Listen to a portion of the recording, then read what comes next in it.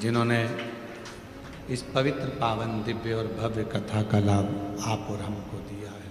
श्रावण का महीना है और ये पवित्र पावन कथा ऑनलाइन श्रवण करने का सौभाग्य मिला है। ये शरीर में जो 5 कर्मेंद्री, 5 ज्ञानेंद्री और एक मन, इन 11 इंद्रियों का जो समावेश इस शरीर के अंदर है, वो संपूर्ण इंद्रियां शिव के भजन के लिए और भगवान की अविरल भक्ति के लिए है। पर परिवार को निभाते हुए, परिवार को साथ लेते हुए, जो मनुष्य की देह में हमें फर्ज मिला है, आपको फर्ज मिला है, उसको निभाते हुए चलो।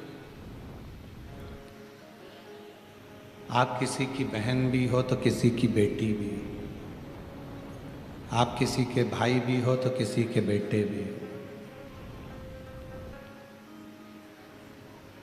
आप धर्म पत्नी भी हैं तो किसी की भाभी भी हैं, तो किसी की ताई हैं, किसी की माता है। उसी तरह आप किसी के भैया भी हैं तो आप किसी के ताऊ भी हैं, तो आप किसी के चाचा भी हैं, काका भी हैं, और किसी के पिता भी हैं। मृत्यु लोक में जन्म लेने के बाद ये हमारा और आपका कर्तव्य हो जाता है कि परिवार को साध कर चलना, परिवार को लेकर चलना और साथ में अपने कर्तव्य को निभाते हुए चलना। क्योंकि जब हम अपने कर्तव्य के साथ में कर्तव्य का क्रम धारण करते हुए आगे बढ़ते हैं और साथ में भगवान की अविरल भक्ति को धारण करते हुए चलते हैं, तो जरूर हमें अपनी मंजिल प्राप्त होती है, अपनी मंजिल जरूर मिलती है। आज का व्यक्ति कर्तव्य से मुख मोड़ लेता और शिव महापुराण की कथा कहती है, भगवान शंकर का चरित्र कहता है, शिव तत्व कहता है कि कर्तव्य से कभी भी अपने मुख को मत मोड़ो। कहीं नौकरी कर रहे हो तो पूर्ण निष्ठा से करिए, भजन भी कर रहे हो तो पूर्ण निष्ठा से एक आनंद के साथ करिए, किसी का भला कर रहे हो तो वो भी पूर्ण निष्ठा से करिए। बेटी बेटा जब पढ़ाई करते हैं, शिक्षा अध्ययन करते हैं, पढ़ने के लिए स्कूल जाते हैं, विद्याध्ययन करते हैं, तो हम उनसे हमेशा कहते हैं कि अपनी शिक्षा को अपना लक्ष्य मानो। कोई नौकरी आप पाना चाहते हैं, कोई सर्विस आप पाना चाहते हैं, तो उसको अपना लक्ष्य बना। पीटी उषा जी से एक बार पूछा गया था बाल्यावस्था में कि किसी मीडिया वाले ने या पत्रकार बंधु ने या सोशल मीडिया पर पूछा कि आप इतने सारे एक साथ में दौड़ते हैं, आप अपनी रेस में आगे आ जाते हैं, कैसे? तो कहा, मैं जिस रेस में दौड़ने के लिए खड़ी होती हूँ, सामने जो रस्सी बंधी होती है, जिसको मुझे छूना है, उसको मैं अपना लक्ष्य बना लेती हूँ। फिर पीटी उषा जी कहती हैं, उस लक्ष्य को पाने के लिए मैं दौड़ पड़ती हूँ। आज व्यक्ति ना जाने कितने कितने लक्ष्य लेकर चल रहा है। एक दुकान अगर उसने मोबाइल की लगाई है और वो दुकान नहीं चली तो उसने कपड़े की खोल ली, कपड़े की दुकान नहीं चली तो उसने कॉस्मेटिक सामान की दुकान खोल ली, कॉस्मेटिक की दुकान नहीं चली तो फिर उसने कोई पार्लर खोल लिया। अपने लक्ष्य को पकड़कर वो व्यक्ति नहीं रखा। अगर वो व्यक्ति एक लक्ष्य बना लेता कि मुझे इसी दुकान से लाभ उठाना है, तो मेरा देव अधिदेव महादेव उसके ऊपर कृपा करना प्रारंभ कर देता और करुणा जरूर देता। हमारा और आपका लक्ष्य एक होना चाहिए। हम लक्ष्य से दूर हट जाते हैं। थोड़ा समय हम सोचते हैं कि ऐसा कर लें, थोड़े समय वैसा कर लें। आप में से भी कई शिव भक्त जो ऑनलाइन कथा श्रवण कर रहे हैं, कई भक्त जो कथा को श्रवण कर रहे हैं, आप और हम में भी कई लोग ऐसे बैठे हैं या टीवी के सामने कथा सुनने बैठे हुए हैं या मोबाइल पर सुन रहे हैं कि थोड़े समय तो हम शिव जी का भजन कर लेते हैं, थोड़े समय हम देवी जी का भजन कर लेते हैं, थोड़े समय हम अन्य देवता का भजन कर लेते हैं, और जब हमारे देवताओं से कार्य नहीं होता तो हम दूसरे धर्म के दूसरे देवताओं के पास चले जाते हैं। क्यों जाना? न्यूज़ आ रही थी, उस न्यूज़ में बताया कि किसी ने एआई से, जो एआई का ज़माना चल रहा है, उस एआई से किसी ने पूछा कि मान लो आप अगर मनुष्य होते, इंसान होते, तो आप कौन सा धर्म अपनाते, किस धर्म की ओर आप जाना पसंद करते? मान लो आप इंसान होते, एआई से पूछा किसी ने मैसेज डालकर कि आप अगर इंसान होते और मनुष्य होते, एआई से पूछा, तो आप कौन सा धर्म अपनाते? तो एआई ने उत्तर दिया कि मैं सनातन धर्म अपनाता, सनातन धर्म के सिवा कुछ नहीं। क्योंकि हमारा सनातन धर्म किसी को दुख देना नहीं सिखाता, किसी जीव की हत्या करना नहीं सिखाता, किसी को कष्ट देना नहीं सिखाता। एक सच्चा सनातनी अपने लक्ष्य को निश्चित रखता है, अपने लक्ष्य पर आगे बढ़ता है, अपने कार्य पर आगे बढ़ता है और कार्य पूर्ण करता है। भगवान कभी नहीं कहता कि तुम अपना घर छोड़ दो, परिवार छोड़ दो, कुटुंब छोड़ दो, नाते छोड़ दो, रिश्तेदार छोड़ दो, आप अपने अपने घर को छोड़कर कहीं चले जाओ। ये मेरी शिव महापुराण की कथा नहीं कहती। शिव महापुराण की कथा तो केवल एक बात कहती है कि अपने लक्ष्य पर चलना। जिस नौकरी को पाना चाहते हो उस नौकरी के पीछे पड़ जाओ।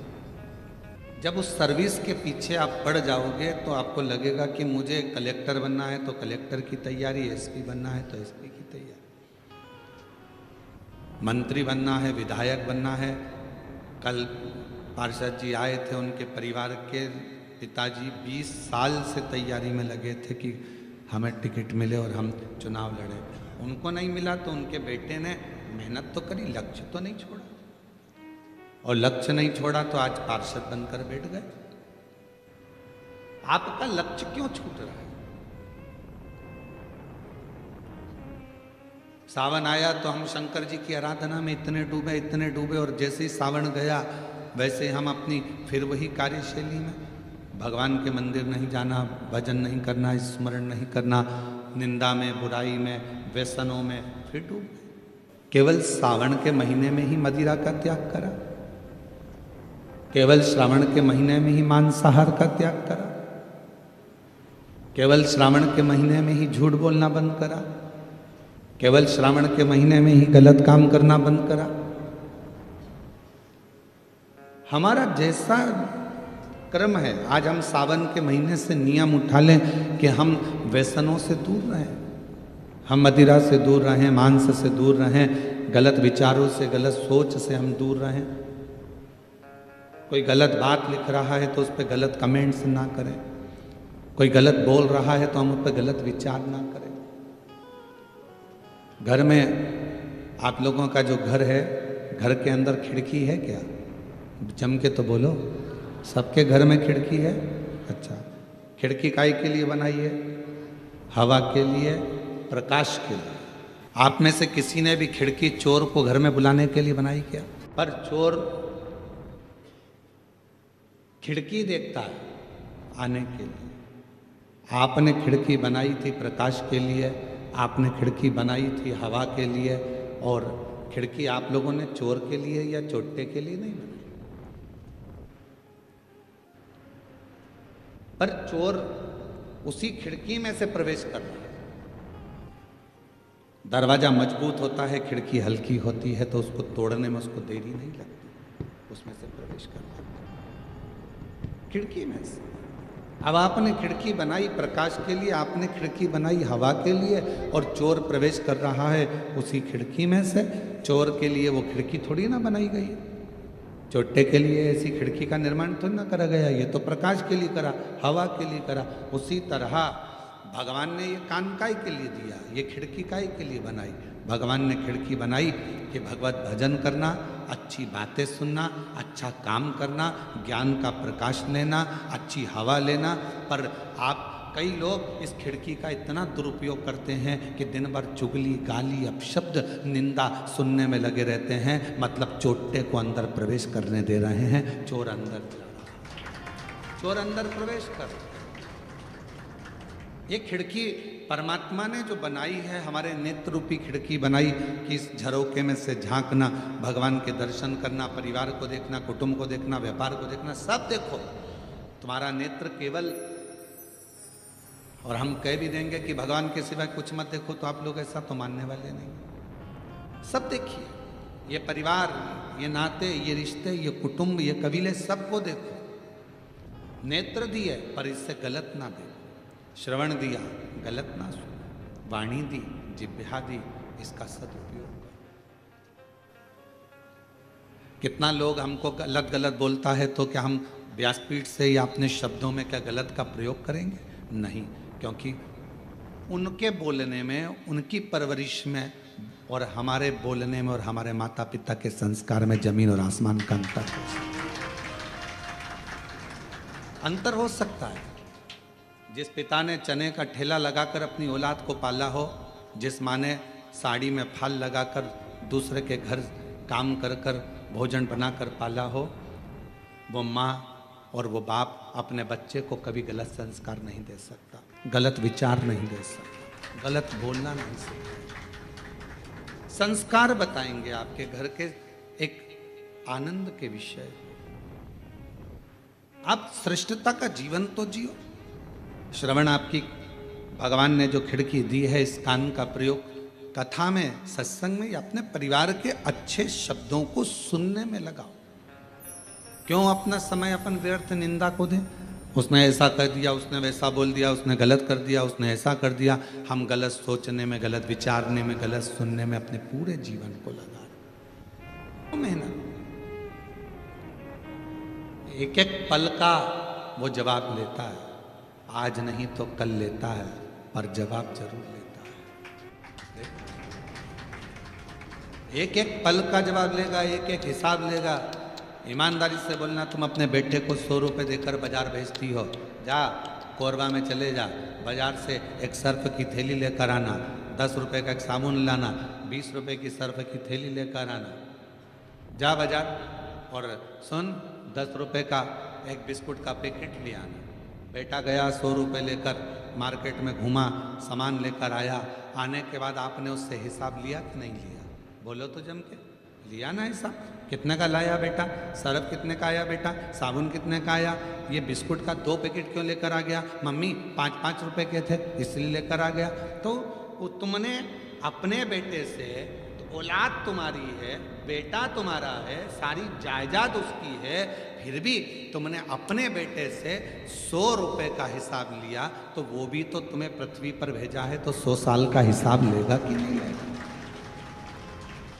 वो भी हिसाब लेगा कि मैंने तुझे इतना दिया था, तूने कितना लगाया, तूने क्या करा, सत्कर्म कितना करा, भजन कितना करा, अच्छा कर्म कितना करा, पुण्य कर्म कितना करा। केवल कमाया कमाया कमाया, जोड़ा जोड़ा, और आखिरी में केवल भोगा ही भोगा। इतना भोगा कि आखिरी में भगवान के सामने रो रो कर, गिड़गिड़ा कर कहता रहा कि मुझे अब माफ़ कर दो, अब नहीं भोगा जाता। कर्म, धन आता है, अच्छा लगता है, पर वो धन जब व्यक्ति को रुलाता है तो जिंदगी केवल एक नरक सी निकलती चली जाती। उसको सोचो, विचार। कर्म श्रेष्ठ करिएगा, अच्छे कर्म की ओर बढ़िएगा, और जब आपका कर्म श्रेष्ठ हो, जब आप अच्छे कर्म की ओर बढ़ेंगे, तो जीवन में एक आनंद की अनुभूति अपने आप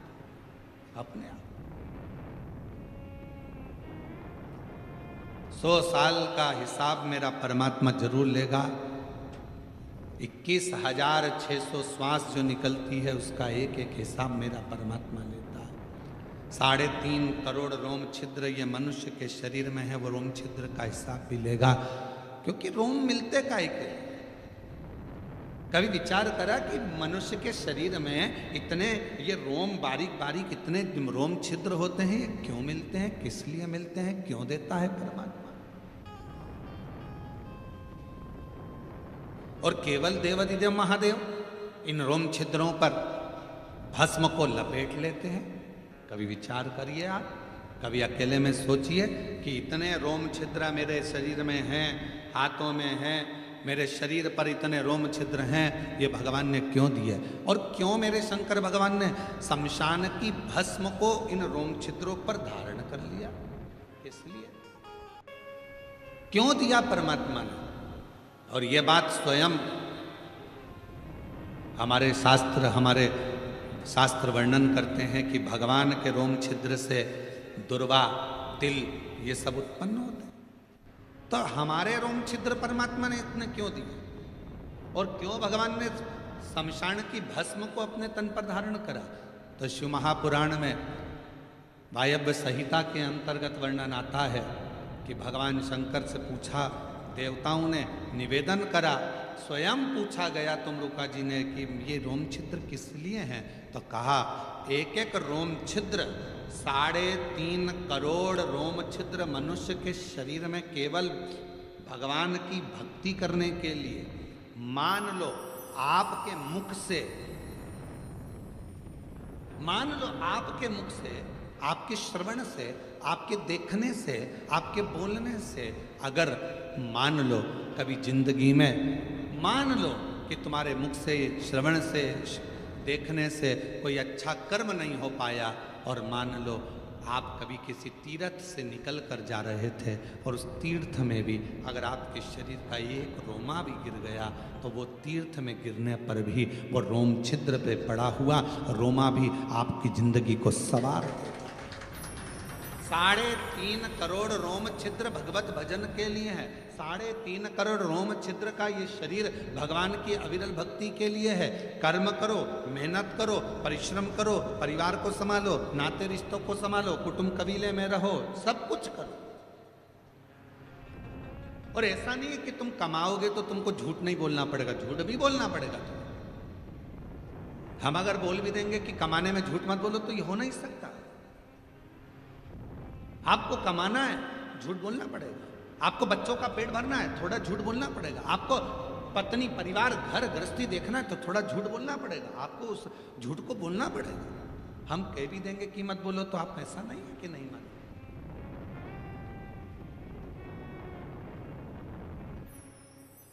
और इसका प्रसंग आज से नहीं है, त्रेता के समय से इसका प्रसंग है।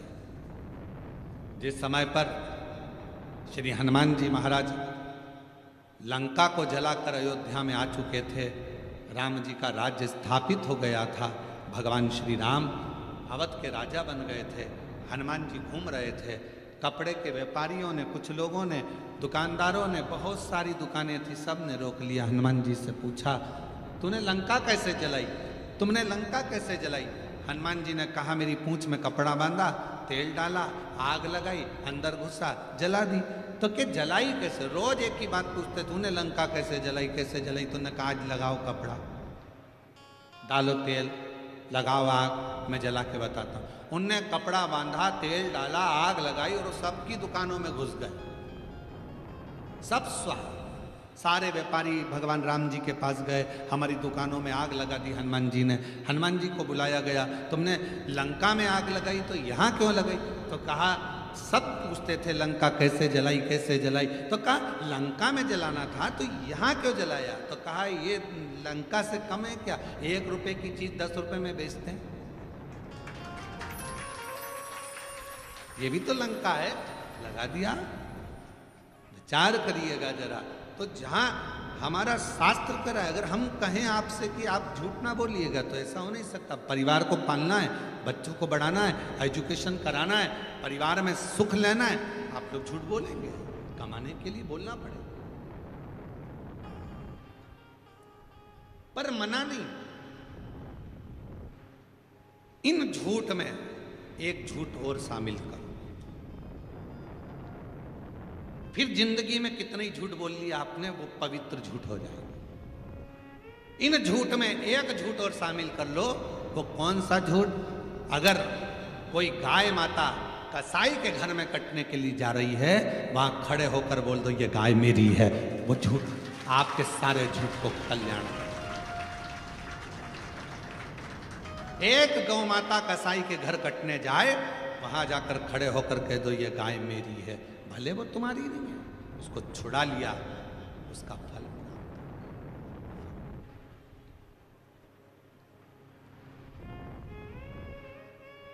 सारे झूठों पर वो झूठ आपकी पवित्रता का धारण करा देगा।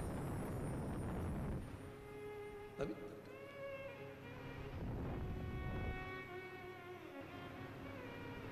किसी बेटी, अकेली कोई छोटी सी लड़की, अकेली कोई छोटी सी कन्या, कोई बेटी अकेली 10 लोगों के बीच में कहीं पर अंधेरे आदि में कोई ने उसको रोक लिया है और गलत कृत्य करने के लिए उस जगह पर कह दो ये मेरी बेटी है, ये मेरी पुत्री, तो छोड़ो ये मेरी बेटी है। उसके लिए थोड़ा सा संघर्ष।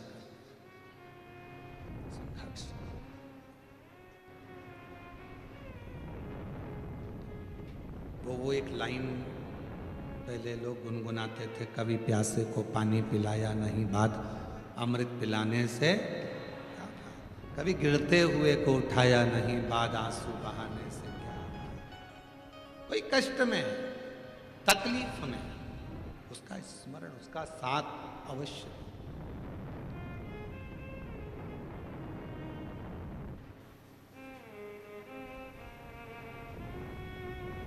और जब आप किसी का बुरा करने में कभी शामिल ना हो, बुराई में, निंदा में, चुगली में, अपशब्द में कभी आप उसमें शामिल ना हो, कभी शामिल। कभी दिल कर जाए, दुकान से फुर्सत मिले, नौकरी से फुर्सत मिले, या घर से थोड़ी देर की फुर्सत मिले, परिवार से थोड़ी देर की फुर्सत मिले, थोड़ा समय अगर मिले तो हफ्ते में, 2 दिन में, 5 दिन में एक बार शंकर भगवान के मंदिर में जाकर थोड़ी झाड़ू सेवा, सफाई करा। क्यों? हफ्ते में एक बार या महीने में एक बार अगर आपने नियम बना लिया तो तुम्हारी जिंदगी में जितने भी सामने दुख आने वाले हैं ना, उसको मेरा भोलेनाथ साफ करना प्रारंभ कर। आप दूसरे के मार्ग प्रशस्त करिए, आप दूसरे के लिए मार्ग प्रशस्त करिए, आप दूसरे के लिए मार्ग को सुलभ करिए। कितना एक प्रसंग आया है, लिंग पुराण का बड़ा सुंदर प्रसंग है राजा अम्बरीश का।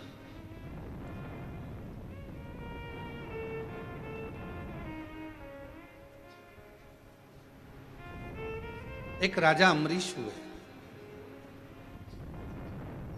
बड़े अच्छे थे, धर्मात्मा थे, पुण्यात्मा थे,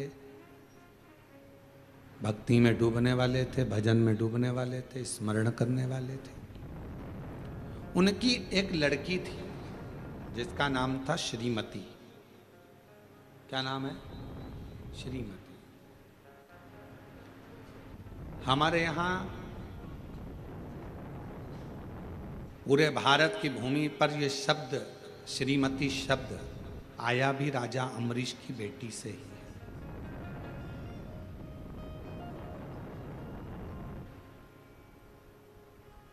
हम लोग बात बात में कहते थे श्रीमती बिमला जी, श्रीमती कमला जी, श्रीमती। श्रीमती शब्द का मतलब क्या है?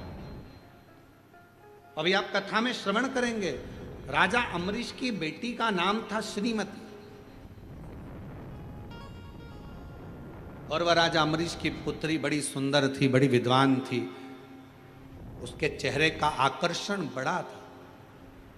कारण क्या था कि वो अपने पिता राजा अम्बरीश के बताए हुए मार्ग पर नित्य भगवत स्मरण में डूबी रहती। तो ये नियम है, ब्यूटी पार्लर जाने से ज्यादा सुंदरता व्यक्ति को शंकर जी के मंदिर में जल चढ़ाने से प्राप्त हो जाती है। शिव जी का भजन करना प्रारंभ करो, शंकर भगवान की भक्ति करना प्रारंभ कर दो, और देखो घर की बहू और सास में कितना अंतर होता है।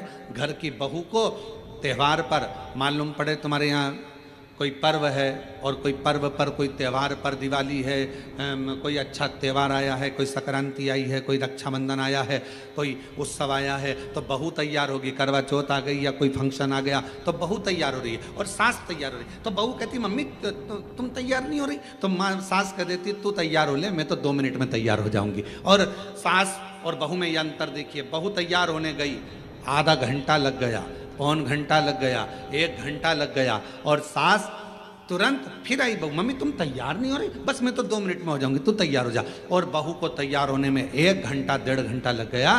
सास तुरंत साड़ी बदली, ऊंचे ऊंचाए बाल पे कंघा कर लिया, बक्कल लगा लिया, थोड़ा सा जो भी लगाना करना था लगा के, बिंदी लगा के, और सास जैसे ही पूजन के सामने, पूजन की थाली के पास में आई, बहू का आधा कलेजा जल गया। ये तो मुझसे भी ज्यादा सुंदर दिख रही है, ये तो मुझसे भी ज्यादा सुंदर दिख रही है। उसका कारण क्या है? ये चमक, ये दमक, फुलवन में महक, सब कुछ सरकार तुम ही से है। सास भगवान की भक्ति इतनी करती है, भजन इतना करती है, स्मरण इतना करती है कि उसको पार्लर जाने की जरूरत नहीं पड़ती, उसकी नेचुरल सुंदरता उसके सामने प्रकट हो जाती है। शिव के प्रकाश से वो प्रकाशित हो जाती है, भगवान के प्रकाश से वो प्रकाशित हो रही। कोई बेटी है, कोई माता है, कोई भाई है, कोई नवयुवक बेटे हैं। नवयुवक बेटों को से भी कहूंगा मैं, लड़कों से बेटी है, तुम नवयुवक बेटे देखिए, उन बेटों को देखना जो कभी मंदिर नहीं जाते, और उन बेटों को देखना जो गले में रुद्राक्ष की माला धारण करते हैं, मस्तक पर तिलक लगा लेते हैं, और भगवान का हाथ में कलेवा या रुद्राक्ष की माला धारण कर लेते हैं, और भगवान की भक्ति में जो रमे रहते हैं, उनका चेहरे का तेज आपको बता देगा कि ये कोई सनातनी पुत्र है। चेहरे का तेज बताएगा कि इसमें सनातन भाव कितना। भगवत भजन का स्मरण, भले कुछ भी हो, वो भगवान का नाम लेता नहीं लेता, पर तन पर रुद्राक्ष तो पहना। शिव महापुराण के वायव्य संहिता के अंतर्गत, उमा खंड के अंतर्गत, शिव महापुराण के कौमार खंड के अंतर्गत, सब में एक बात मिलती है, अगर मनुष्य भगवान का भजन भी ना करता हो, मंदिर तक भी ना जाता हो, स्मरण भी ना करता हो, शिव नाम मुख से निकलता भी नहीं हो, तो भी उसके शरीर पर अगर रुद्राक्ष पड़ा है तो समझ लेना उस पर शंकर की दृष्टि पड़ी, शिव की दृष्टि, क्योंकि उसका रुद्राक्ष पड़ा है। अगर कोई मनुष्य भगवत नाम ना लेता हो, मंदिर भी ना जाता हो, भजन भी ना करता हो, और अगर मस्तक पर त्रिपुंड धारण करता है या रुद्राक्ष धारण करता है, तो वो शिव का ही पुत्र कहलाता है। ये शिव महापुराण की कथा है, ये भगवान शंकर का चरित्र करता। अब जरा विचार करिए, कोई कोई कहते हैं अरे बताओ, कई लोग माताओं से कह देते हैं बताओ इसको देखो जरा, हाथ में रुद्राक्ष की माला पहन ली, रुद्राक्ष गले में पहन लिया, सिर पे तिलक लगा लिया, अपने आप को सावित्री समझ रही है, और मालूम पड़े मन में तो भगवान बिल्कुल भी नहीं है। कई लोग दिन भर व्हाट्सएप पर कमेंट्स भी करते हैं एक दूसरे को, बताओ इसको देखो, ये भगवान का। छोटे से बच्चा कंधे पर कावड़ लेकर जा रहा है तो लोग कमेंट्स कर देते हैं, और कमेंट्स करने वाले कोई दूसरे नहीं होते, अपने ही होते हैं। छोटा सा बच्चा कावड़ लेकर चला तो लोग कह देंगे बताओ ये बनेगा क्या, ये ऐसा करेगा क्या, ये वैसा करेगा क्या। अरे उस बच्चे को धन्यवाद दो, तुम्हारी औलाद से अच्छा है, कम से कम सनातन धर्म की ध्वजा को तो आगे लेकर चल रहा है। जिनका बाप दिन भर बैठकर मोबाइल पर कमेंट्स करता है, गलत गलत विचार लिखता है, तो उसकी औलाद भी ऐसी ही पैदा होती है। कम से कम एक सनातनी कंधे पर कावड़ लेकर, एक सनातनी कंधे पर कावड़ धारण कर कर, एक छोटा सा बच्चा कंधे पर कावड़ धारण कर कर चल तो रहा है, और दुनिया के लोग उसको कह रहे ये कोई डॉक्टर बनेगा, ये इंजीनियर बनेगा। अरे भारत की भूमि का गौरव रहा है, अंतरिक्ष पर पहुंचने वाला भी एक सनातनी अपने मस्तक पर तिलक धारण कर कर जाता है। ये भारत का गौरव रहा है, और लोग कहते हैं क्या ये बनेंगे। महाराज शिव शिव है, शंकर शंकर है।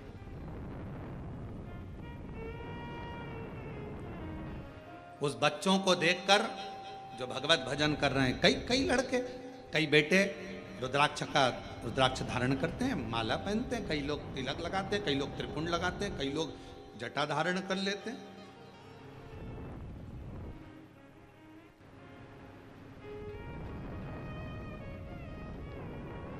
आजकल बड़ा अभी बीच में बाजार में जटाएं भी मिलने लगी है, लोग सिर में जटा धारण करते हैं, तो लोग उस पर भी बताओ इसने जटा धारण कर ली। अरे अच्छा है, जटा धारण करी, दारू की बोतल तो धारण नहीं करी। अच्छा करा है ना उसने, गलत तो नहीं करा। त्रिपुंड लगाया, गलत तो नहीं करा। भगवा वस्त्र धारण करे, गलत तो नहीं करा। प्रेरणा ही दे रहा है ना वो लड़का। अगर कोई बेटी अपने भगवा वस्त्र धारण करती है, मस्तक पर तिलक लगा लेती है, चंदन धारण कर ली, तो उसने गलत क्या करा? कोई गलत तो नहीं करा। केवल पांव खींचना, केवल गलत शब्द कहना, केवल अपशब्द कहना। और मेरा बेटा बेटियों से निवेदन है, आपको कॉलेज से फुर्सत नहीं मिलती, आपको स्कूल से फुर्सत नहीं मिलती, आपको सर्विस से फुर्सत नहीं मिलती, आपको नौकरी से फुर्सत नहीं मिलती, टेंशन मत लो। आप अगर मस्तक पर चंदन, तिलक, भस्म कुछ भी धारण करते हो और अपने गले में अगर रुद्राक्ष धारण करते हो, आप मंदिर नहीं भी गए, शिव नाम नहीं भी लिया, तो भी मेरे शंकर के बेटे ही कहलाओगे, बेटी ही कहलाओगे। पुत्र और पुत्री ही कहलाओगे। आप शिव के बेटे ही कहलाओगे, शिव की दृष्टि रहेगी।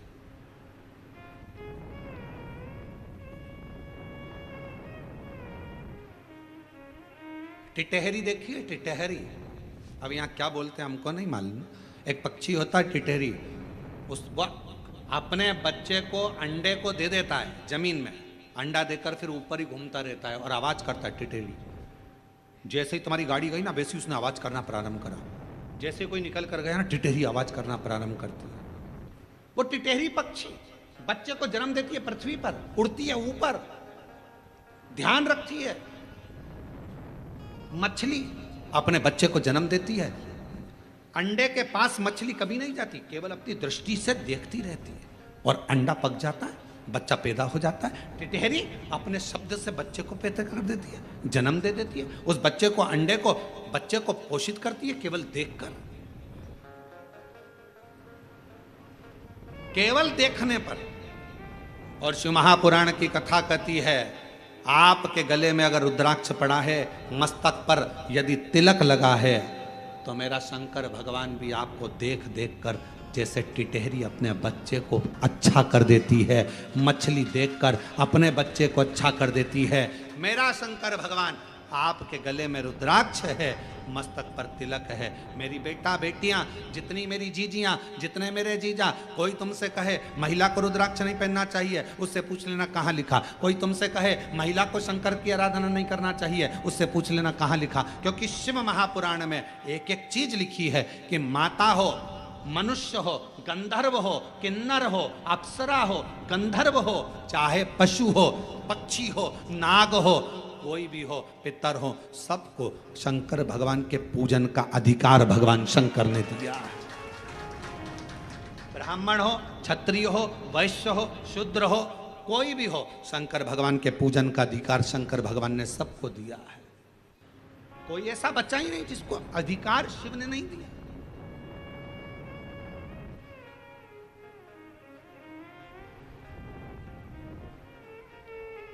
शिव पूजन का अधिकार सबको है, शंकर की भक्ति करने। इसीलिए 23 जुलाई को जो भगवान शंकर का ऑनलाइन पूजन होगा शाम को 7 बजे से 8 बजे तक, सबको अधिकार है, सब अपनी पूजन करें, सब भगवत भजन करें, सब भगवत नाम में डूबें।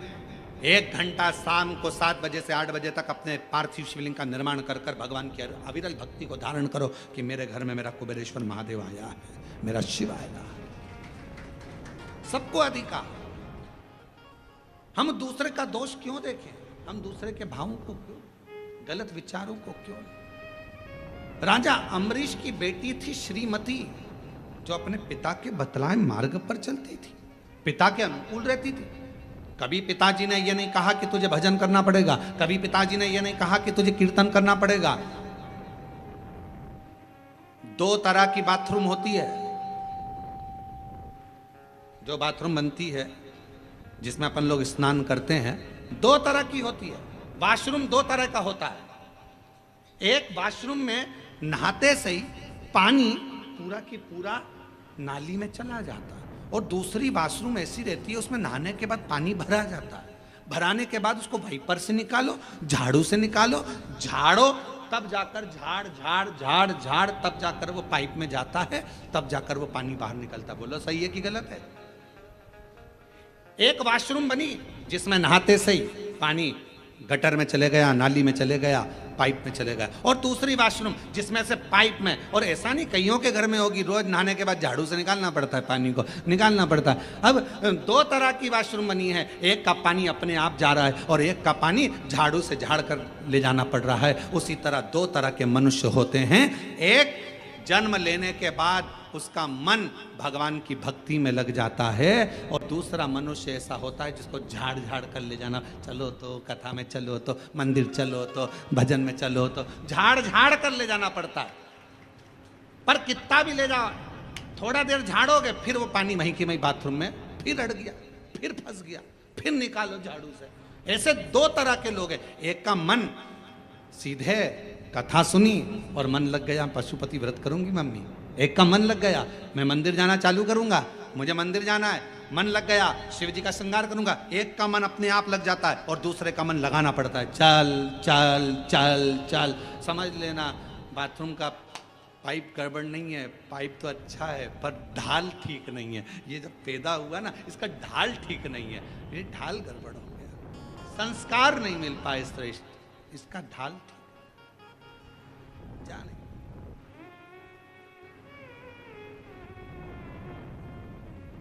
राजा अम्बरीश की बेटी थी श्रीमती।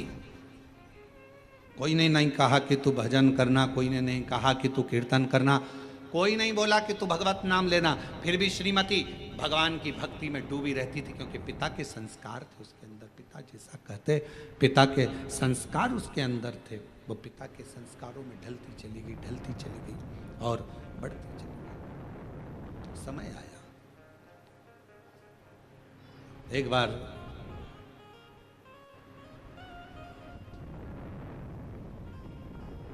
देवऋषि नारद और देवऋषि नारद के भांजे पर्वत मुनि दोनों भ्रमण करते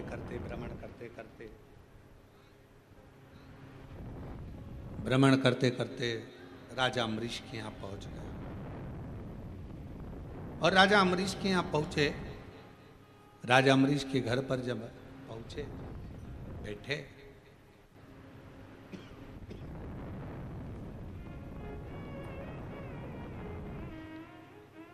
थोड़ी देर बाद राजा अम्बरीश की बेटी श्रीमती सामने से निकल कर गई। बड़ी सुंदर थी, बड़ी अलौकिक छटा थी उसकी। अभी आपको कहा कि ये स्पीकर नहीं चल रहे थे, ये दोनों, बड़ी अलौकिक छटा थी उसकी। अभी आपको कहा कि भजन का जो बल होता है, भजन का जो क्रम होता है, भजन का जो स्मरण होता है, वो अपने आप में सुंदरता देता चले जाता है अपने आप। और फिर वही बात है, ये चमक ये दमक फुलवन में महक सब कुछ सरकार तुम्हारी से। ये उसकी चमक से हम चमक रहे, उसकी चमक से। और महादेव नमन चरणों में स्वीकार कीजिए, सबका किया है मेरा भी उद्धार